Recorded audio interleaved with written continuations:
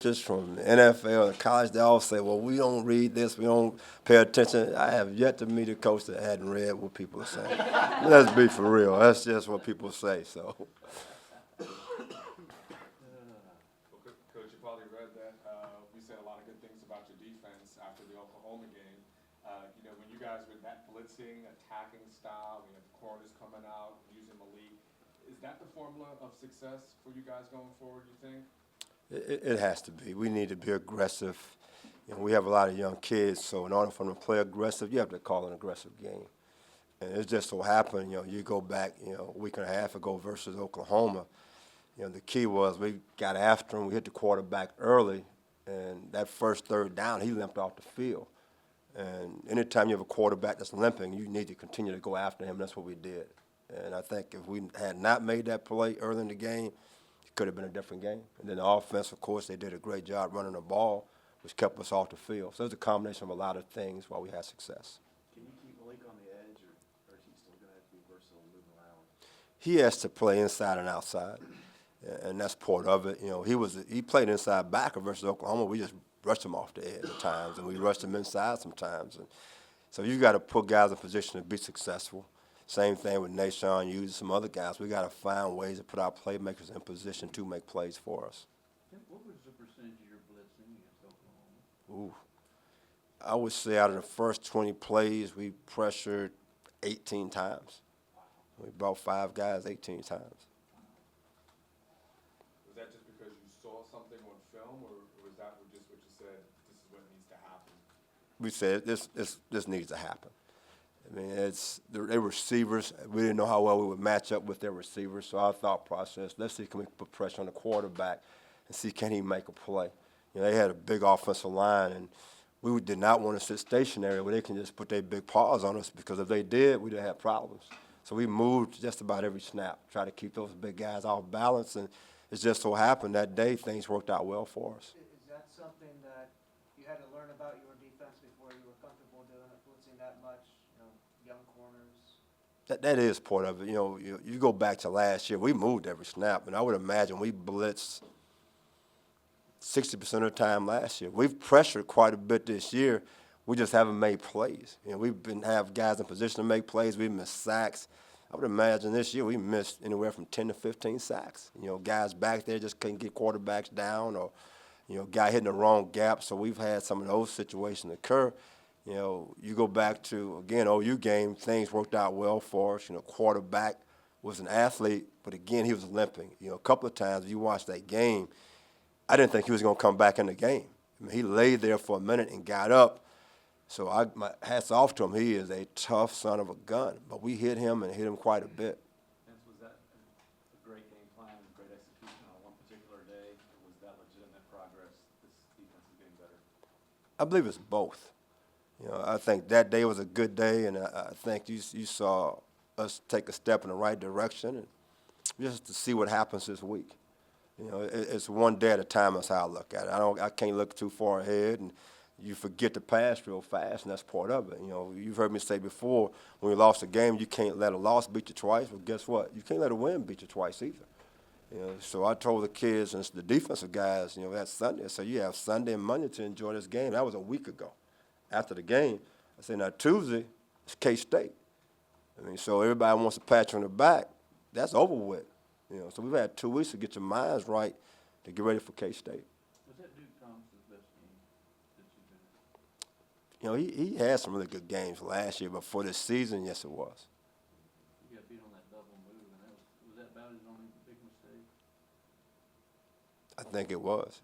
Duke probably is one of our hardest playing guys. You sit back and you look at the video, he gives you everything that he has. That's one thing I love about Duke. He gets on the guys about effort. He can, because guess what? He goes out there and gives it everything. After the end of the game, my man, he's dead tired, because he's giving everything he has every single snap. Is this game more about you guys as coaches wanting to see if the guys respond more than it is maybe X's and O's? They saw it. If they play well, good things happen. But can they do it again? That's kind of the big question.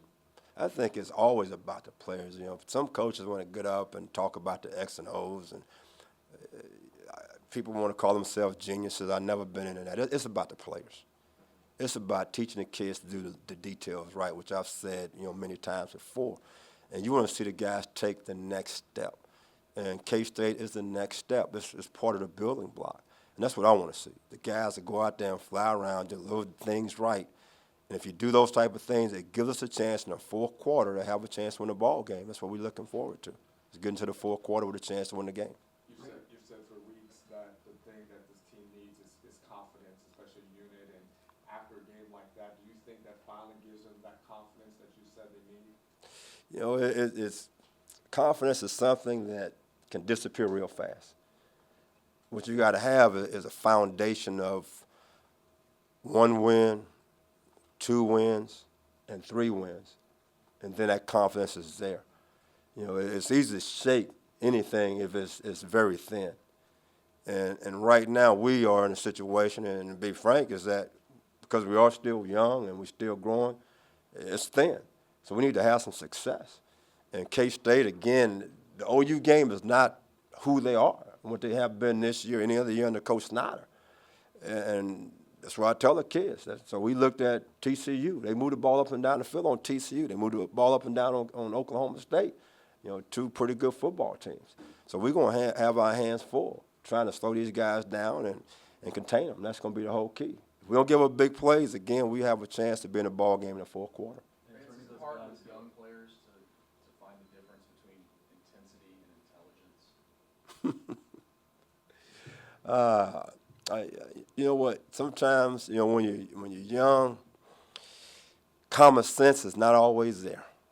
As you get older, not for everybody, but for a lot of people, after you get older and you mature, you get confidence. You feel a bit more intelligent because you learn how not to do certain things and how to do certain things. And we are heading in that direction right now with a lot of young guys. You look at Holton Hill, he started 2 games. He's gotten better and better. You go back to the TCU game, he probably covered Dotson better than anybody I've seen, and Dotson still caught the football, but it didn't faze the kid.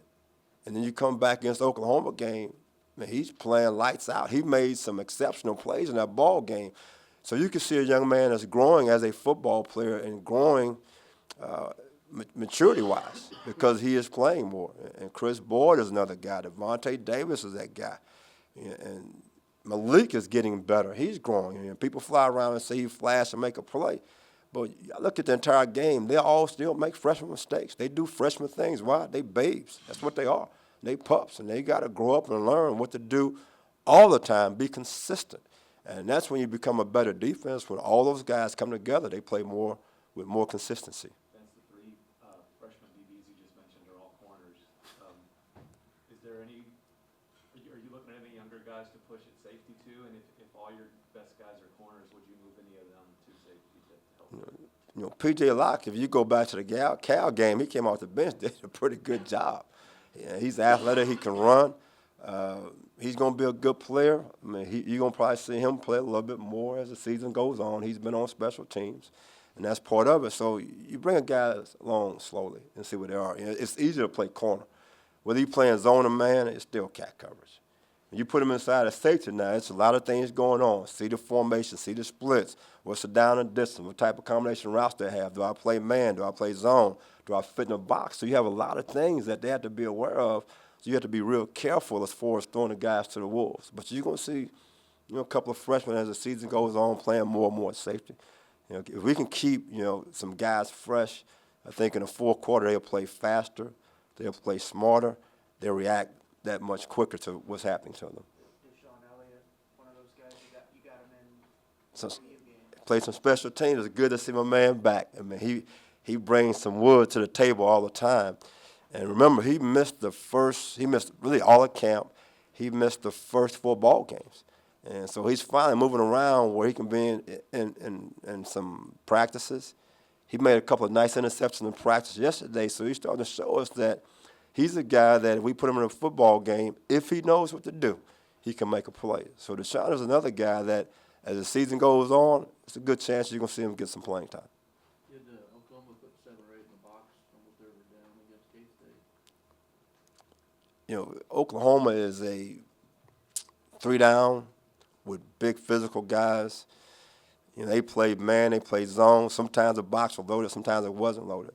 K-State came out and threw the ball first play, second play, and third play. The second play of the game, they ran a sluggo, which is a slant and go. Receivers wide open, overthrew it. And again, you got to go back and say, what if they would have made that play, start off the game 7-0? What might have been, but they missed it. Then the second series, they had another double move.